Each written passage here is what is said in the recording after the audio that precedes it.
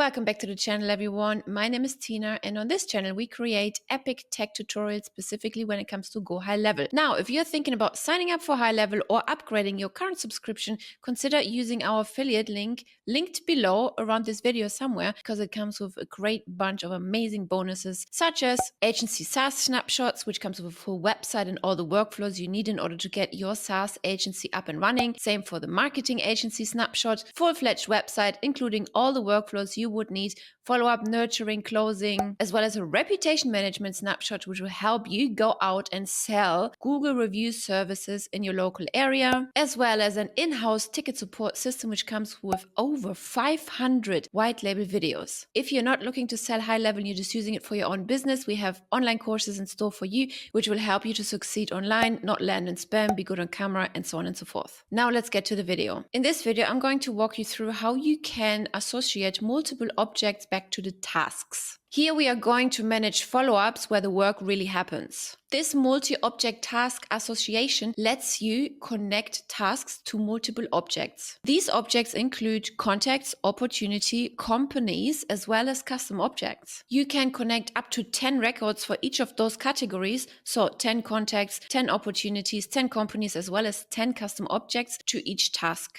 This gives every stakeholder instant visibility into the same to-do task, meaning this really enhances cross-team collaboration. Sales, success, and operations can follow the same action item, even if they work in different modules. Now, let me show you how you can set this up. Now, you can navigate to any contact, opportunity, company, or custom object, or open the main task page, which we can access under contacts on the left, tasks at the top. Let's click add task, and let's add a task. Let's add a title, a description, a due date, decide whether or not you want to add this as a recurring task. And please note the associations with these different objects work for recurring tasks as well as for one-off tasks. And then down here we have the associated object area. Again, we can connect tasks to contacts, opportunities, companies, and custom objects. In this case, we have created animals as a custom object. So click the drop-down menu here and then select contacts, for example, and or opportunities and or companies and or animals. Scroll further down and now you can see all of these objects have been added.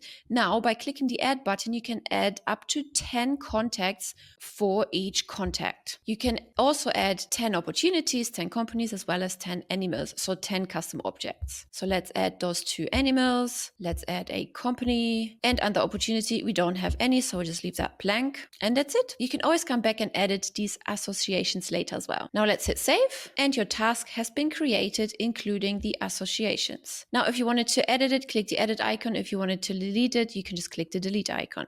So let's go in and edit it. Let's scroll down. And let's say we wanted to remove one of the contacts. We just X out the contact, hit save, and the contact gets updated.